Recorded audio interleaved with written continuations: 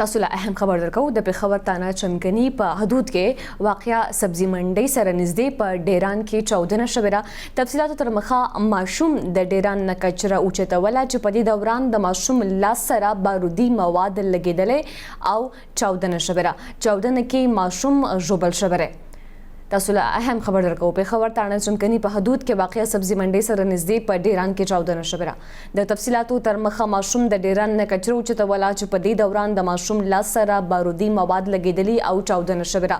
تفصیل معلومو د خپل همکار سید شبیر شاه نه. جی شبیر شاه نور تفصیلات راکړئ په دې اړه. بالکل نور د چمکنه تانه په حدود کې لوی سبزي منډي دا ایسر نږدې دا ودا آباده ول علاقہ دا الته چې کومه کوړدان وو کچرا وا الته ماشومان چې د زری خبردار ذات ماشومان راشي د کچرو کې کوشش کوي چې سره خپل ذکر سيزونه اوچت کې نو الته بارودي مواد کو تو هغه بارودي مواد ماشوم لاس سره لګیدو سره هغه بلاست کړ دې بلاست پر دې چې ماشوم تعلق د افغانستان سره له نو مینام دې وزنو پلارو مستانه ګل او دا د افغان مهاجر ماشوم دی دا سخت په جوبل شوی دی.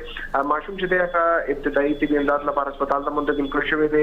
ماشوم هسپتال ته تر مخه دا وخت دا حالت خطر نه بهر دی لیکن بهرحال دا وخت بي ډي اس ټیم چې دی هغه ته کړی شوی دی علاقہ کلیر کول کوشش هم روان دی. څنګه چې متاسو وایي چې دا بالکل تانه چمکني په حدودو کې سبزي منډي سره بالکل جفت علاقہ دا آباده ول علاقہ دا کورونه هم دي هلته دغه بارودي مواد چودنه شوی ده.